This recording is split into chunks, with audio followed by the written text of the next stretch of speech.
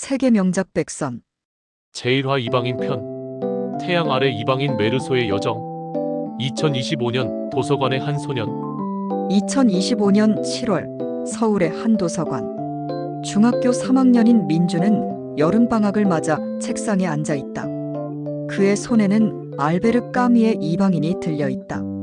민주는 K-팝 아이돌의 열기와 틱톡, 챌린지로 가득한 일상에서 잠시 벗어나 알제리의 뜨거운 태양 아래로 빠져들었다. 오늘 어머니가 죽었다. 아니, 어제였나 잘 모르겠다. 라는 첫 문장을 읽으며 민주는 이상한 떨림을 느꼈다. 이 소설은 단순한 이야기가 아니었다. 그것은 상, 죽음, 그리고 인간의 존재에 대한 깊은 질문이었다. 민준의 마음속에서 메르소라는 이방인의 이야기가 펼쳐지기 시작했다. 알제리의 태양, 메르소의 시작. 알제리, 뜨거운 태양이 내리쬐는 항구 도시. 메르소는 평범한 사무원이다. 그의 삶은 단조롭다. 아침에 일어나 사무실로 출근하고 점심으로 샌드위치를 먹고 저녁이면 동네 카페에서 친구들과 커피를 마신다. 하지만 그의 마음은 늘 어딘가 공허하다. 그는 감정을 깊이 느끼지 않는다. 기쁨도 슬픔도 사랑도 그에게는 희미한 그림자일 뿐이다. 민주는 메르소의 이 무심한 태도에 당황했다. 왜 이렇게 감정이 없지? 민주는 책을 읽으며 메르소의 세계로 들어갔다. 이야기는 메르소가 양로원에서 어머니의 사망 소식을 듣는 장면으로 시작된다. 오늘 어머니가 죽었다. 그는 담담히 그 사실을 받아들인다. 민주는 이 문장이 이상하게 마음에 걸렸다. 나 같으면 엄마가 돌아가셨다고 하면 눈물이 나거나 뭔가 느낄 텐데. 하지만 메르소는 다르다. 그는 양로원으로 향하는 버스 안에서 창밖의 풍경을 바라보며 잠이 들었다. 어머니의 장례식, 무관심의 그림자. 메르소는 어머니의 장례식에 참석한다. 알제리의 뜨거운 햇볕 아래 그는 검은 옷을 입고 조문객들과 대화를 나눈다. 하지만 그의 표정은 무표정하다. 다른 사람들은 눈물을 흘리거나 슬픔을 드러내는데 메르소는 그저 태양의 열기를 느끼며 서 있다. 민주는 이 장면을 읽으며 혼란스러웠다. 왜 저렇게 무감각하지? 정말 아무 느낌이 없는 걸까? 민주는 메르소의 감정 없는 태도가 낯설면서도 궁금했다. 그는 자신도 가끔 친구들과의 대화에서 감정을 숨긴 적이 있었기 때문이다. 가끔은 그냥 아무 생각도 안 하고 싶을 때가 있잖아. 장례식 후 메르소는 집으로 돌아와 평소처럼 일상을 이어간다. 그는 연인 마리와 해변에서 시간을 보낸다. 마리는 웃으며 그를 끌어안지만 메르소는 그녀의 애정에 미지근하게 반응한다. 마리가 예쁘게 웃었지만 나는 그저 어깨를 으쓱할 뿐이었다. 민주는 마리의 밝은 미소와 메르소의 무심함 사이의 대비가 마음을 아프게 했다. 마리는 메르소를 정말 좋아하는데 왜 저렇게 차갑지? 운명의 갈림길, 해변의 비극. 어느 무더운 날 메르소는 친구 레이몽과 함께 해변으로 놀러 간다. 레이몽은 이웃 아랍인과 갈등을 겪고 있었고 메르소는 그의 곁에 있었다. 태양은 뜨겁게 내리쬐고 모래사장은 눈부시게 빛난다. 그런데 갑작스럽게 아랍인과의 다툼이 벌어진다. 칼을 든 아랍인이 레이몽을 위협하고 메르소는 권총을 꺼내든다. 태양이 너무 뜨거웠다. 눈앞이 흐릿해졌다. 그는 이유 없이 방아쇠를 당긴다. 한 발, 그리고 또 네 발. 아랍인은 쓰러진다. 민주는 이 장면에서 숨을 멈췄다. 왜 쏜 거지?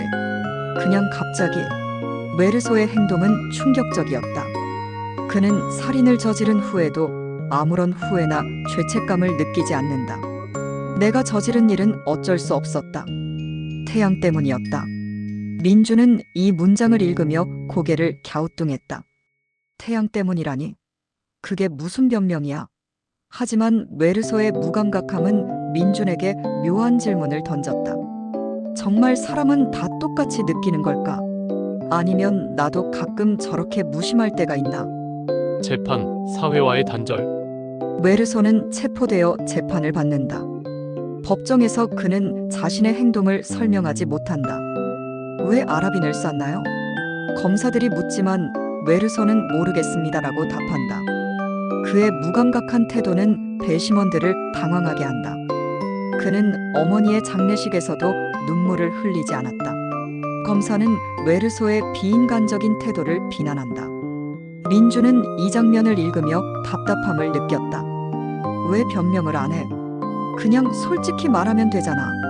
하지만 메르소는 달랐다. 그는 사회가 요구하는 감정, 도덕, 규범에 관심이 없었다. 재판은 메르소에게 사형을 선고한다. 민주는 이 결말에 충격을 받았다. 살인한 건 잘못이지만 사형이라니 너무 가혹하지 않아? 그는 메르소가 처벌받는 이유가 단순히 살인 때문이 아니라 그의 이방인 같은 태도 때문이라는 것을 깨달았다. 메르소는 사회의 규범에 맞지 않는 사람이었다. 그는 이방인이었다.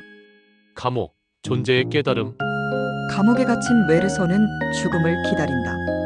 그는 창문 너머 하늘을 바라보며 처음으로 자신의 삶을 돌아본다. 나는 행복했다. 그리고 여전히 행복하다. 민주는 이 문장을 읽으며 숨이 멎었다. 죽음 앞에서도 행복하다고. 이게 무슨 뜻이지? 메르소는 삶의 무의미함을 받아들이고 그 안에서 자유를 찾는다. 그는 사회의 기대, 감정의 강요에서 벗어나 자신만의 방식으로 존재한다. 민주는 이 장면에서 눈물을 흘렸다.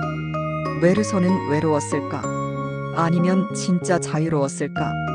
그는 메르소의 담담한 태도 뒤에 숨겨진 깊은 고독을 느꼈다. 민준도 가끔 친구들과 어울리면서도 내면의 외로움을 느낀 적이 있었다. 나도 가끔은 메르소처럼 느껴져. 그는 책을 덮으며 창밖의 별을 바라보았다. 알제리의 태양은 멀리 있었지만 메르소의 이야기는 민준의 마음속에 깊이 남았다. 2025년 메르소의 메시지. 민준은 도서관을 나서며 친구들에게 이방인을 추천했다. 이 책 좀 이상해. 근데 읽다 보면 계속 생각나. 친구들은 고개를 갸우뚱했지만 민주는 메르소의 이야기가 자신에게 큰 질문을 던졌다고 느꼈다. 우리는 왜 사는 걸까? 행복은 뭘까? 2025년의 여름, K-팝과 틱톡으로 가득한 세상에서 메르소의 이야기는 민중과 같은 10대들에게 실존의 문제를 조용히 속삭였다. 이방인은 단순한 소설이 아니다. 그것은 삶의 의미, 사회와 개인의 갈등, 그리고 인간의 본질에 대한 깊은 성찰이다. 민주는 메르소의 무심한 태도를 이해하려 노력했다. 그는 왜 그렇게 살았을까? 나 같으면 저럴 수 있을까? 메르소는 민준에게 자유와 소외, 그리고 자신만의 길을 찾는 법을 가르쳐 주었다. 태양과 별, 그리고 민준의 여름. 2025년 7월의 어느 밤, 민주는 집으로 돌아가는 길에 하늘을 올려다보았다. 알제리의 태양은 없었지만 서울의 별빛이 반짝였다. 그는 메르소의 마지막 말을 떠올렸다. 나는 우주의 온화한 무관심 속에서 마음을 열었다. 민주는 미소 지었다. 어쩌면 나도 내 방식대로 살아도 괜찮을지도. 이방인은 민준의 여름을, 그리고 그의 인생을 바꿔놓았다.